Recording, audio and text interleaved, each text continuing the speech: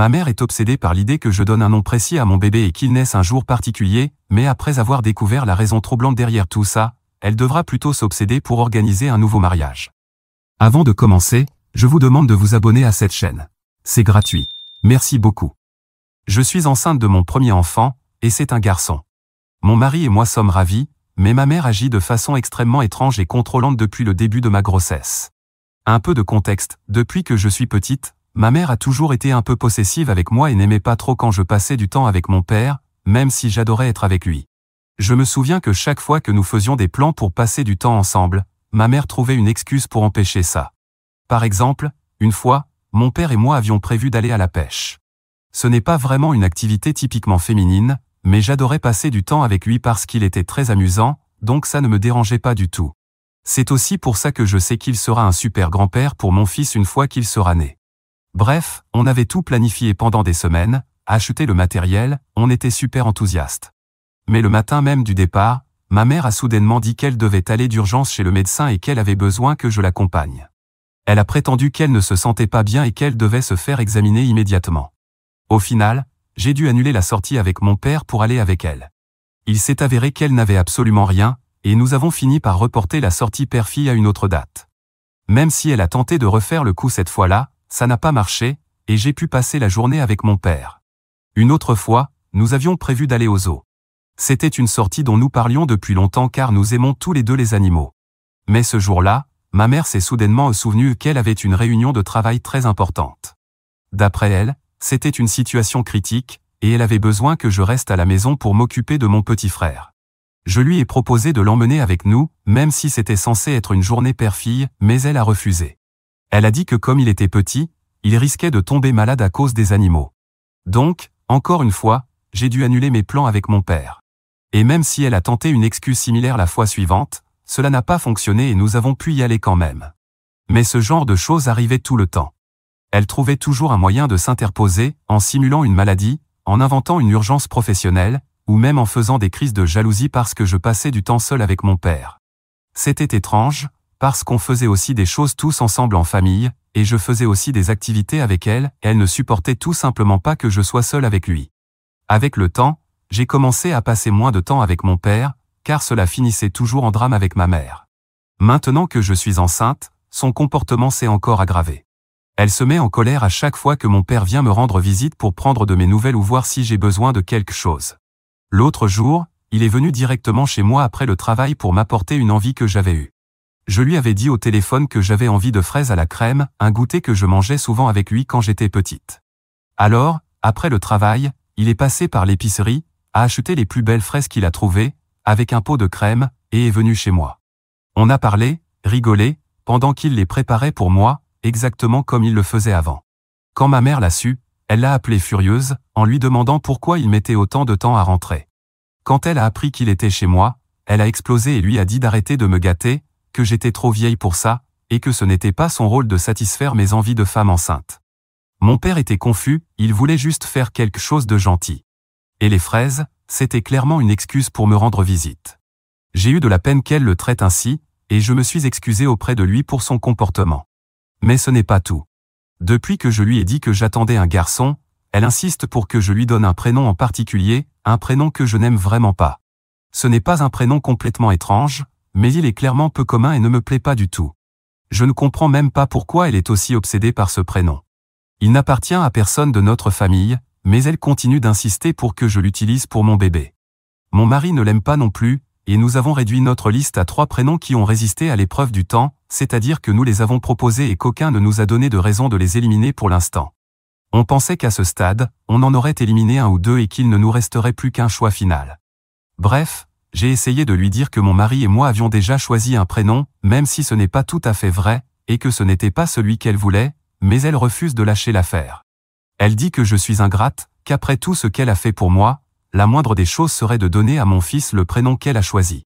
C'en est arrivé au point où elle m'a dit que si je ne choisis pas ce prénom, elle ne me parlera plus. C'est complètement fou. Et comme si ça ne suffisait pas, elle veut aussi que je programme mon accouchement pour une date précise. J'avais choisi une date proche de celle estimée par les médecins, mais elle ne l'aime pas et veut que je la change à tout prix. Elle m'appelle constamment pour insister, et elle en parle même dans le groupe familial. Au début, tout le monde pensait qu'elle plaisantait. Mon frère a répondu avec des émojis qui rient, et mes tantes ont fait des commentaires du genre « tu as des idées bien farfelues ». Mais une fois qu'ils ont compris qu'elle était sérieuse, les commentaires se sont arrêtés. En privé, certains m'ont dit qu'ils trouvent son comportement très étrange. Une de mes tantes, celle à qui je suis le plus proche, m'a raconté que ma mère était déjà très intense quand j'étais sur le point de naître, qu'elle essayait de tout contrôler. Et qu'au final, je suis né comme et quand je l'ai décidé, donc que je ne devais pas trop m'inquiéter. Je l'ai répété 1000 fois à ma mère, je ne ferai rien de ce qu'elle demande. Je n'aime pas le prénom qu'elle a choisi, et la date d'accouchement est fixée avec les médecins, sauf complications ou accouchement prématuré. Mais elle est toujours en colère contre moi, disant que c'est le minimum que je puisse faire pour elle après tous les sacrifices qu'elle a fait en tant que mère. Comme si porter son petit-fils pendant 9 mois n'était pas déjà un immense don. Elle a déjà eu son tour d'être mère et de prendre toutes ses décisions. Maintenant, c'est le mien. J'ai essayé de lui parler pour comprendre d'où venait ce besoin de tout contrôler dans ma grossesse.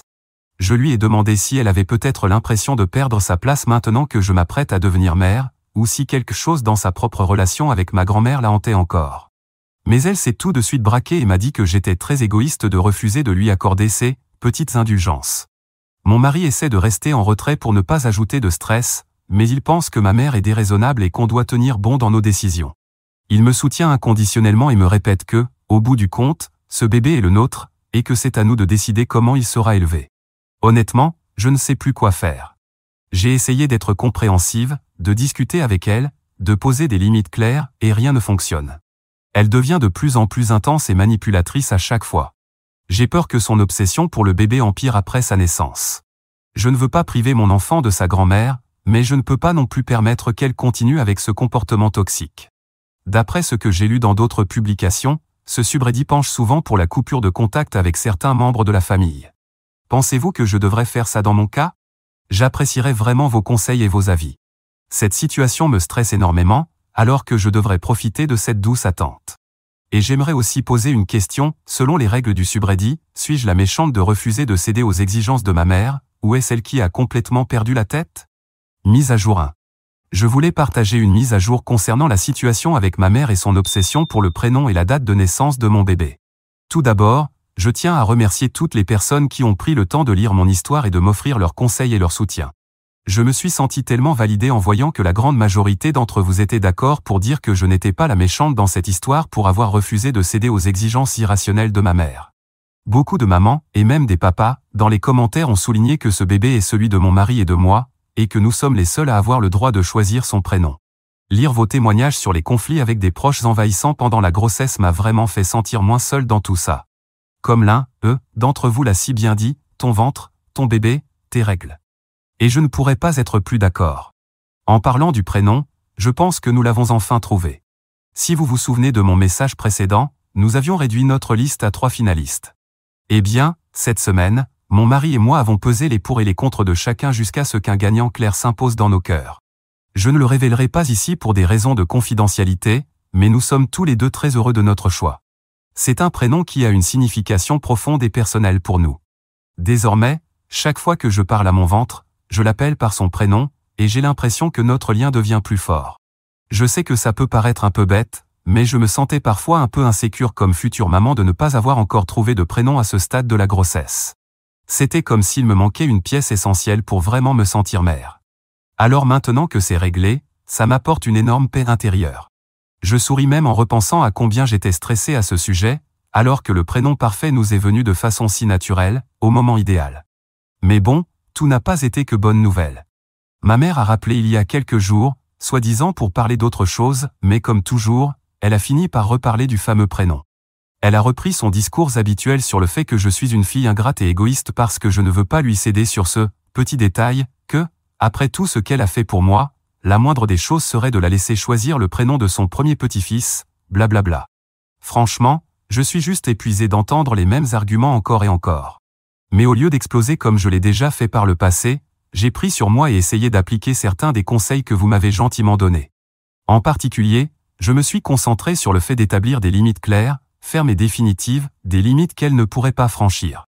Je lui ai dit, aussi calmement que possible, que si elle voulait m'appeler ou passer du temps avec moi pour parler d'autre chose que de ses exigences au sujet du bébé, elle était la bienvenue. Que j'accordais de la valeur à notre relation et que je souhaitais la préserver en bonne santé. Mais j'ai aussi été très ferme en lui disant que si elle ne pouvait pas respecter mes décisions en tant que mère, alors je devrais malheureusement prendre de la distance, pour mon bien-être et celui de ma famille. Je lui ai dit que c'était à elle de décider quel genre de grand-mère elle voulait être, une grand-mère aimante et présente, ou bien une grand-mère difficile et absente. Mais peu importe son choix, mes limites, elles, n'étaient pas négociables. À ma grande surprise, elle a relativement bien réagi sur le moment. Je dis « relativement » parce qu'évidemment, elle n'était pas contente, mais au moins, elle ne s'est pas mise à hurler comme elle l'a déjà fait auparavant. Elle s'est contentée de dire quelque chose du genre « très bien, je vois qu'il ne sert à rien d'en discuter avec toi », puis elle a changé de sujet. Cela dit, je n'ai plus eu de nouvelles d'elle depuis cet appel. Elle ne m'a ni recontacté, ni rien dit à ce sujet dans notre groupe familial. Au début, j'étais un peu inquiète, mais j'ai vite compris qu'elle essayait probablement de me punir en me faisant le coup du silence parce que je n'avais pas cédé à ses exigences. Une sorte de traitement passif-agressif par le froid. Et vous savez quoi? Ça me va très bien. Je préfère 1000 fois ce silence à devoir supporter son harcèlement constant. Surtout maintenant, dans la dernière ligne droite de ma grossesse, la dernière chose dont j'ai besoin, c'est du stress et des drames inutiles. Ma priorité, c'est de prendre soin de moi, physiquement et émotionnellement. Et puis, j'ai le soutien inconditionnel de mon mari formidable, qui a été mon pilier tout au long de cette épreuve, ainsi que celui du reste de ma famille qui, même s'ils ne comprenaient pas tout au début, sont maintenant entièrement de mon côté. Mes tantes ont même proposé d'organiser une baby shower puisque, apparemment, ma mère leur avait dit qu'elle ne le ferait pas, en guise de protestation. Bref, je voulais juste partager ces nouvelles avec vous et remercier encore une fois cette communauté incroyable. Mise à jour 2. Cela fait un moment depuis ma dernière mise à jour, mais je voulais vous partager les derniers rebondissements dans la saga de ma mère et son obsession pour le prénom et la date de naissance de mon bébé. Mais d'abord, je dois le dire, je suis maman maintenant. Mon bébé est arrivé pile le jour estimé par les médecins, ni en avance, ni en retard. L'accouchement a été intense mais magnifique, et le bébé et moi allons bien et sommes en bonne santé. Et oui, pour ceux qui se demandent, nous avons bien gardé le prénom que mon mari et moi avions choisi. Le prénom qui, à nos yeux, capturait parfaitement l'essence de notre fils et qui avait une signification très spéciale pour nous, et non celui que ma mère voulait. Pendant les dernières semaines de la grossesse, après cette fameuse conversation où j'ai posé des limites fermes avec ma mère, les choses sont restées relativement calmes. Elle gardait le contact, mais ne parlait que de sujets anodins, sans jamais mentionner le prénom ni la date de naissance. Elle est même venue à la baby shower organisée par mes tantes et s'est comportée normalement, comme si de rien n'était. Je suis resté sur mes gardes, mais j'ai cru qu'elle avait enfin compris le message et qu'elle respectait mes décisions. C'est ce que je croyais, jusqu'au jour de l'accouchement. Ce jour-là, mes parents sont venus à l'hôpital pour rencontrer leur petit-fils. À cause des protocoles de l'hôpital et du fait que j'étais dans une chambre partagée, une seule personne était autorisée à entrer à la fois. Ma mère s'est immédiatement précipitée en disant qu'elle serait la première. Mon mari et mon père ont échangé un regard mal à l'aise, mais au final, mon mari lui a dit d'y aller. Il est resté dehors avec mon père. Quand ma mère est entrée dans la chambre, tout semblait aller bien au début. Elle a regardé le bébé avec tendresse et a dit à quel point elle était heureuse d'être grand-mère. Mais ensuite, elle a commencé à l'appeler par le prénom qu'elle avait choisi, celui que j'avais rejeté encore et encore. Avec tout le calme dont j'étais capable, ce qui n'était pas beaucoup, vu que je venais tout juste d'accoucher, je lui ai rappelé que le prénom du bébé était celui que mon mari et moi avions choisi, et je l'ai répété clairement. Mais elle m'a simplement adressé un sourire condescendant et a dit, « Pour moi, il portera toujours le prénom que j'ai choisi, peu importe ce que vous en dites. » Puis elle a eu l'audace de suggérer que, même s'il n'était pas né à la date qu'elle voulait, on pourrait quand même fêter son anniversaire ce jour-là, comme si c'était une sorte d'accord secret entre elle et le bébé, nous excluant complètement, mon mari et moi. Je n'arrivais pas à croire ce que j'entendais. Après tout ce qu'on avait traversé, toutes les discussions, toutes les limites posées, elle s'accrochait encore à son besoin de contrôle. J'ai essayé une dernière fois de la raisonner.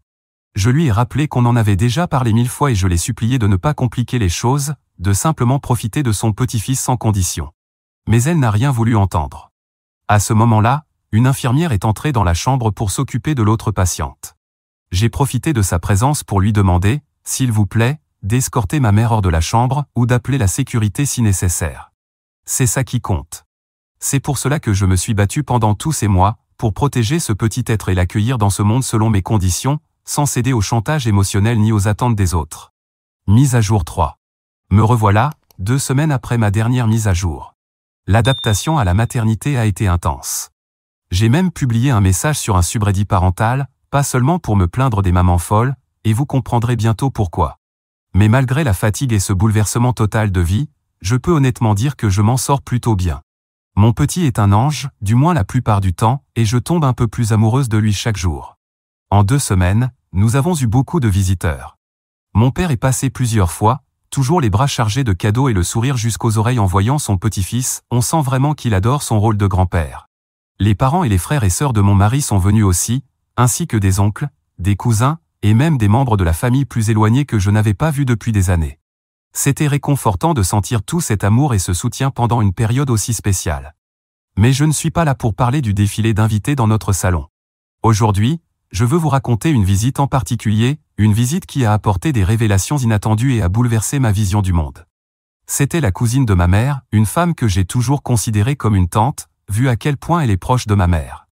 Quand elle a demandé si elle pouvait venir rencontrer le bébé, j'avoue que j'ai hésité. Pendant un instant, j'ai eu peur qu'elle vienne en mission pour ma mère, pour essayer encore de me convaincre au sujet du prénom et de la date de naissance. Mais je suis contente de lui avoir laissé le bénéfice du doute et d'avoir accepté. Nous avons parlé de tout et de rien, rattrapant le temps perdu sur la famille et la vie en général.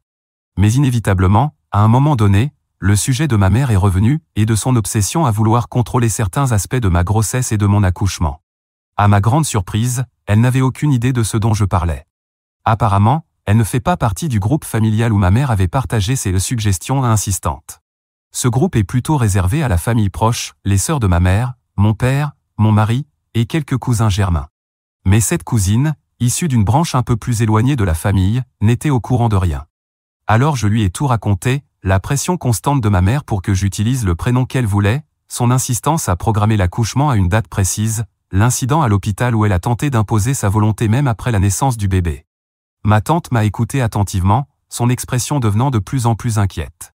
Quand j'ai terminé, un silence s'est installé. Puis, avec un soupir, elle m'a dit « Je pense savoir pourquoi ta mère est aussi obsédée par ce prénom et cette date. » Et là, elle m'a raconté une histoire qui m'a complètement retourné. Il se trouve que le prénom et la date de naissance que ma mère voulait pour mon fils correspondent à un ancien amour de jeunesse. Un homme avec qui elle aurait eu, selon ses dires, une relation brève mais intense avant de rencontrer mon père.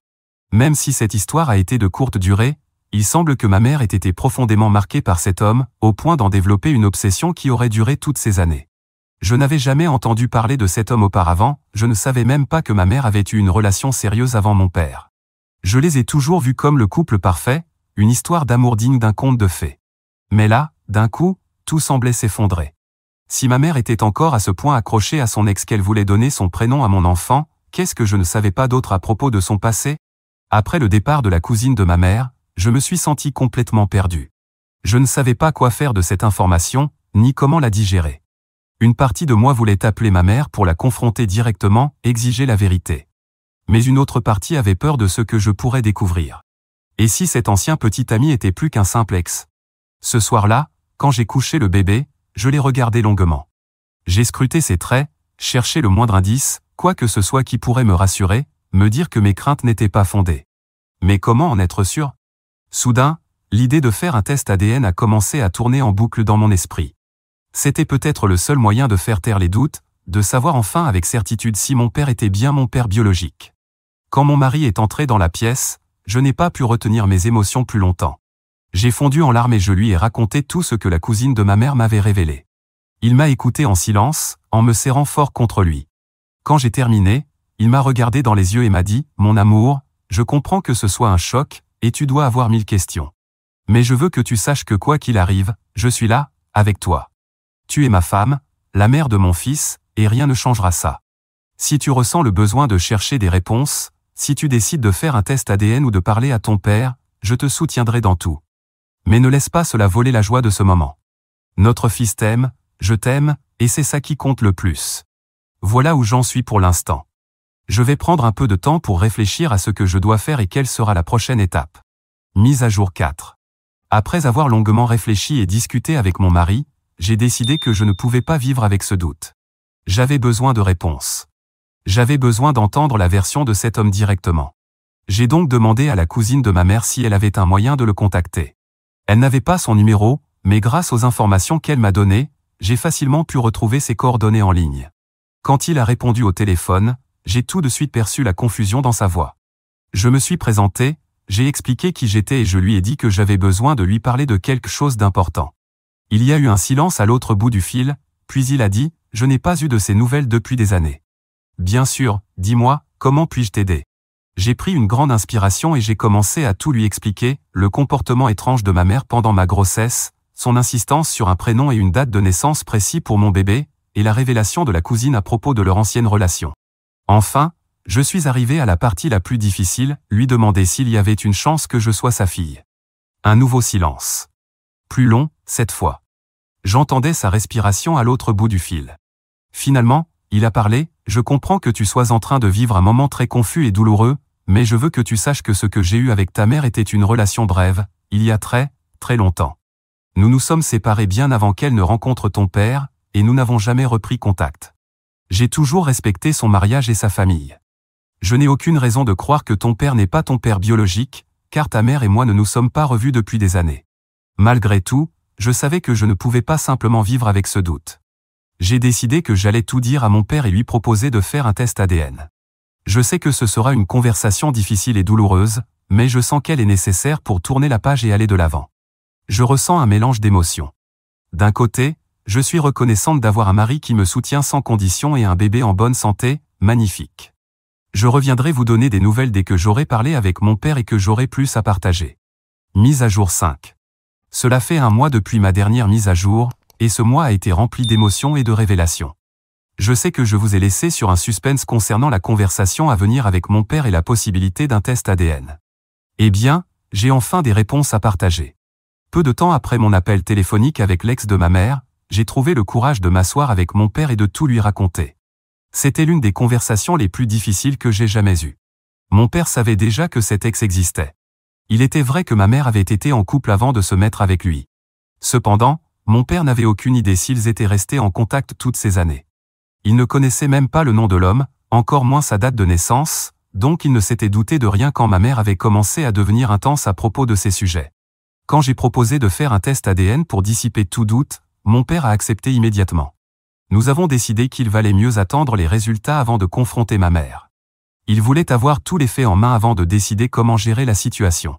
J'ai accepté, même si l'attente me semblait interminable. Au fil des semaines, j'ai essayé de rester occupé avec mon bébé et notre routine quotidienne, mais l'incertitude planait toujours. Il y a eu des moments où j'ai eu envie de poster une mise à jour ici juste pour vider mon sac et recevoir un peu de soutien, mais finalement, j'ai décidé d'attendre d'avoir une vision complète de la situation. Je ne voulais pas publier une mise à jour avec des informations incomplètes. Enfin, après ce qui m'a semblé une éternité, nous avons reçu les résultats du test ADN. Et c'était là, noir sur blanc, une probabilité de 99,99% que mon père soit bien mon père biologique. Je l'ai serré fort dans mes bras, et nous avons pleuré tous les deux de joie et de soulagement. Malgré toute la douleur et la confusion des dernières semaines, cette certitude était un cadeau inestimable. Mais notre bonheur a été assombri par la réalité, il nous restait à affronter ma mère. Mon père a dit que même si le test confirmait sa paternité, cela ne changeait rien au fait que ma mère avait été obsédée par un autre homme tout ce temps. Même si je suis biologiquement sa fille, cela ne veut pas dire qu'elle n'a pas vu ou idéalisé son ex pendant toutes ces années. Alors, au cours du mois dernier, il a longuement réfléchi et a décidé qu'il allait demander le divorce. Je ne peux pas lui en vouloir. Avoir des doutes sur la fidélité de son partenaire, ou même sur le fait qu'il ait réellement voulu être avec vous, c'est quelque chose d'extrêmement difficile. Mise à jour 6. Mes parents ont officiellement entamé la procédure de divorce et, comme vous pouvez l'imaginer, cela ne se passe pas bien. Ma mère me tient pour responsable de tout. Elle dit que je n'aurais jamais dû m'en mêler, que je n'avais aucun droit de contacter son ex ou de faire un test ADN. Selon elle, c'était un coup bas de ma part, et c'est la raison pour laquelle son mariage s'effondre. Mais ce n'est pas tout. Dans une tentative désespérée de détourner l'attention de ses propres actes, ma mère a même insinué que mon mari devrait faire un test ADN pour notre fils, sous-entendant que j'aurais peut-être été infidèle. Heureusement, mon mari ne croit pas à ces manipulations. Il me fait totalement confiance et croit en notre amour. D'ailleurs, sa réponse à ma mère a été « Seuls ceux qui ont été infidèles soupçonnent les autres de l'être aussi ». Je n'arrive pas à exprimer à quel point son soutien inébranlable compte pour moi au milieu de tout ce chaos. À l'inverse, mon père est plus présent que jamais. Il vient nous voir régulièrement, profitant de chaque moment passé avec son petit-fils. L'autre jour, il a évoqué avec nostalgie nos sorties de pêche quand j'étais enfant, et combien il a hâte que mon fils soit assez grand pour perpétuer cette tradition. Malgré la douleur de sa séparation, Il semble plus léger, comme si un énorme poids avait été retiré de ses épaules. S'il y a un point positif dans tout ça, c'est que ma mère était déjà furieuse contre moi depuis ma sortie de l'hôpital. Sa colère d'avoir été expulsée de ma chambre à ce moment-là fait qu'elle n'a pas essayé de nous rendre visite depuis. Et maintenant, avec le divorce et notre relation plus tendue que jamais, j'espère qu'elle restera loin de nous pour un bon moment.